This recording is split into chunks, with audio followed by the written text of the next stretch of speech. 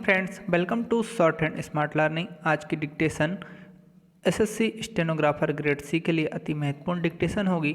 इसकी पीडीएफ के लिए आप हमारे व्हाट्सएप पर टेलीग्राम ग्रुप को ज्वाइन कर सकते हैं। यह डिक्टेशन पिछले वर्ष पर आधारित डिक्टेशन के अनुसार है, तो आप इस डिक्टेशन को अंत तक लिखें। साथ ही इसका ट्रांसक्रिप्शन भी जरूर करें और डिक्टेशन को पीडीएफ से ज़रूर चेक करें और हमें कमेंट करके बताएं आपको डिक्टेशन कैसी लगी, आपकी एक्यूरेसी कितनी रही। डिक्टेशन को बार बार लिखें ताकि आपकी स्पीड और एक्यूरेसी दोनों बढ़ेगी। डिक्टेशन को ज़्यादा ज़्यादा शेयर कर दीजिए ताकि सभी लोगों तक इस डिक्टेशन पहुंच पाए और हमारे चैनल को सब्सक्राइब कर लीजिए ताकि आपको इसी तरह की डिक्टेशन रोज़ प्राप्त होती रहे। डिक्टेशन शुरू होगी 5 सेकेंड बाद। स्टार्ट। महोदय, जब मैं दिल्ली गया था तो मैंने वहाँ यह सुना था और वहाँ उच्च स्तरीय सरकारी क्षेत्रों में ऐसी भी चर्चा की थी कि प्रधानमंत्री देश की अर्थव्यवस्था में सुधार करने की दिशा में शीघ्र ही बहुत कुछ महत्वपूर्ण कदम उठाने जा रहे हैं। ऐसा समझा जाता है कि आर्थिक मोर्चे पर काफ़ी साहसपूर्ण कदम उठाकर प्रधानमंत्री एवं उनके सहयोगी मंत्रियों ने तरह तरह के उद्योग धंधों के विकास हेतु अभी तक तैयारी की गई विधि योजनाओं पर विशेष ध्यान देना शुरू कर दिया है।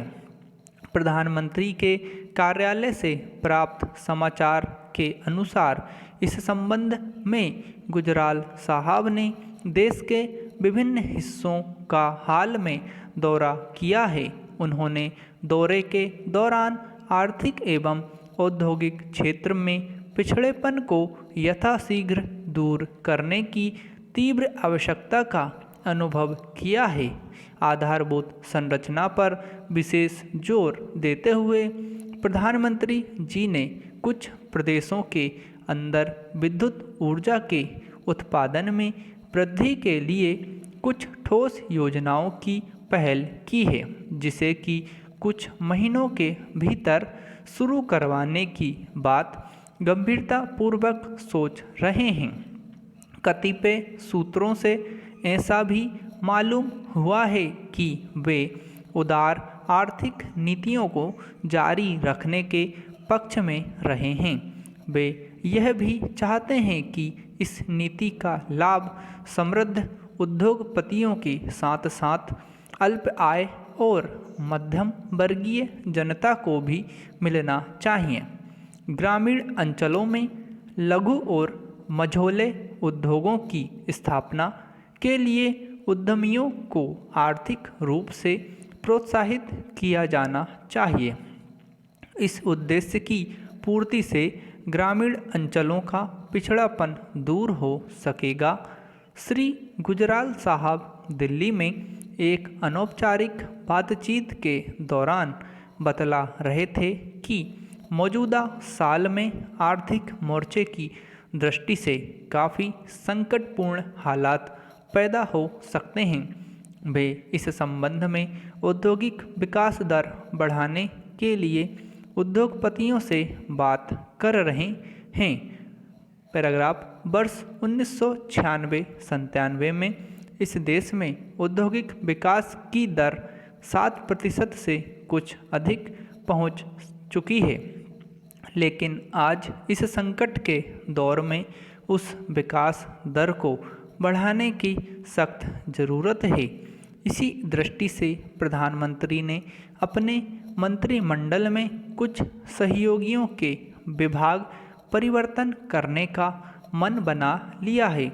उन्होंने इस बीच यह अनुभव किया है कि आर्थिक प्रगति की दिशा में अब शिथिलता नहीं दी जा सकती और इसके लिए हमें मुस्तैदी से काम उठाने होंगे। सभी मंत्रालय यथासंभव शीघ्रता से फैसला करते हुए विविध योजनाओं को पूरा करने की ओर ध्यान दें, तो आर्थिक मोर्चे पर देश को मजबूत बनाया जा सकता है। यह दावा करते हुए प्रधानमंत्री जी ने वित्त मंत्रालय के साथ ही वाणिज्य एवं उद्योग मंत्रालय को यह संकेत दे दिया है कि इस वर्ष नवंबर से अगले वर्ष फरवरी महीने के बीच व्यापार, वाणिज्य एवं उद्योग के क्षेत्र में मंदी की हालत पैदा हो सकती है। इतना और पता चला है कि उद्योग मंत्रालय ने कुछ ही महीनों के भीतर एक नई औद्योगिक नीति तैयार करने का काम शुरू कर दिया है। कतिपय कुछ मंत्रालय में जब से नए राज्य मंत्रियों ने अपना कामकाज संभाला है, तब से काफ़ी तेज रफ्तार से काम होने लगा है। उम्मीद है कि औद्योगिक विकास के क्षेत्र में यह रफ्तार बनी रहेगी। पैराग्राफ: श्रीमान, आपने अनुभव के साथ पश्चात गेहूं के थोक व्यापार के संबंध में, जैसा मैंने पूर्व में बताया था कि अपनी गलत नीतियों के कारण सरकार अब चावल के थोक व्यापार से बाज आएगी, परंतु मेरी समझ में नहीं आता है कि सरकार किस आधार पर ऐसी नीति निर्धारित करती है। हमने पहले सोचा था कि हमारी सरकार अच्छी है, सरकार का कार्य अच्छा है। शायद हमारी सरकार किसानों के हित में नीति निर्धारित करती है, वह भी साकार नहीं हो सका। फिर सोचा कि उपभोक्ताओं के हित में नीति निर्धारित कर रही है, वह भी सच नहीं हुआ। बाद में हमारी समझ में आया कि वह सिर्फ अपनी छवि बनाने के लिए नीति निर्धारित करती है, लेकिन जब हम देखते हैं तो मालूम होता है कि यदि किसानों के हित में उसने यह नीति बनाई है तो उसका लागत मूल्य उनको मिलना चाहिए, तो उन्हें वह भी नहीं मिला।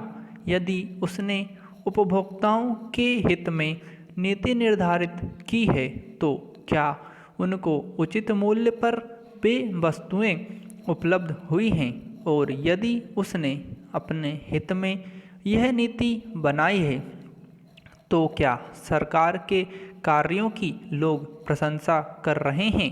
परंतु हम देखते हैं कि सरकार की किसी ने प्रशंसा नहीं बल्कि लोगों ने आलोचना की है।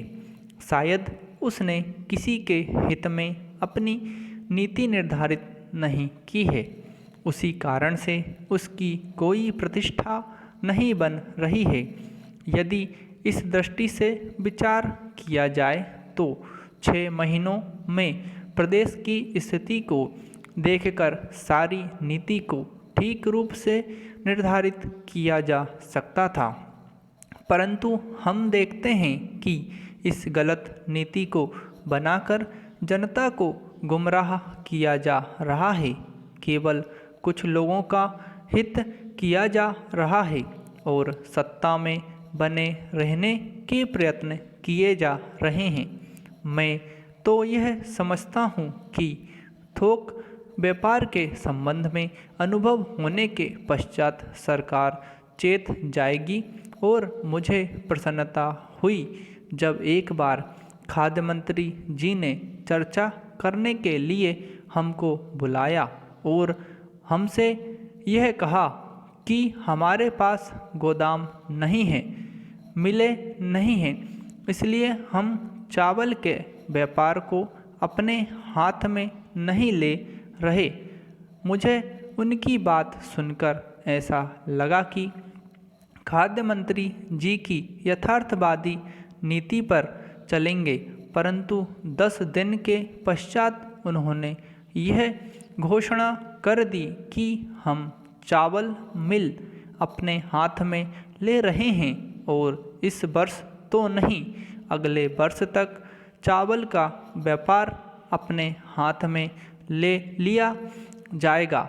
इस वर्ष चावल की जो नीति निर्धारित की गई है उसके कारण सरकार किसानों को समुचित मूल्य नहीं दे पाई और उपभोक्ताओं को उचित मूल्य पर चावल उपलब्ध नहीं करा पाई है। मैं समझता हूँ, जैसा कि मैंने कहा, अपने दलगत स्वार्थ की पूर्ति करने के लिए और सत्ता में बने रहने के लिए ये सारी नीतियाँ निर्धारित की जाती हैं। पिछले 8 महीने से अनाज की बड़ी अव्यवस्था फैली हुई है।